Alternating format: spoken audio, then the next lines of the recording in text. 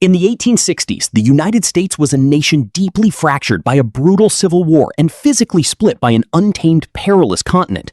To travel from New York to San Francisco meant a grueling, months-long journey across treacherous oceans or a deadly wagon trek over lawless plains and jagged mountain peaks. But in the midst of this national chaos, America embarked on the most audacious engineering gamble in its history, building the Transcontinental Railroad. This is the epic saga of an impossible race against nature, fueled by corporate greed, explosive dynamite, and the raw grit of thousands of forgotten heroes who permanently forged a single nation out of iron and steam. The enterprise was set up as a fierce, high-stakes competition between two massive corporate titans. Starting from Sacramento, California, the Central Pacific Railroad pushed eastward, facing the terrifying vertical granite walls of the Sierra Nevada mountains. To conquer this frozen fortress, they relied on over 10,000 Chinese immigrants who worked under brutal, slave-like conditions. These fearless workers were lowered down sheer cliffs in fragile wicker baskets, drilling holes into solid rock and packing them with highly unstable nitroglycerin before pulling themselves up seconds before a deadly blast.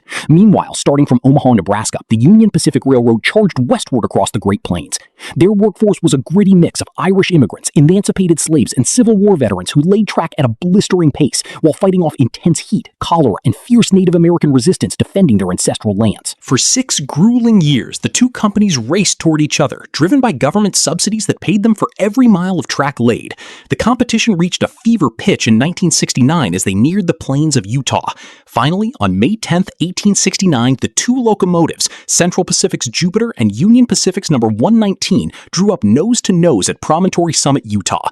Before a cheering crowd of workers and dignitaries, a final symbolic spike made of solid 17.6 karat gold was driven into a polished laurel wood tie.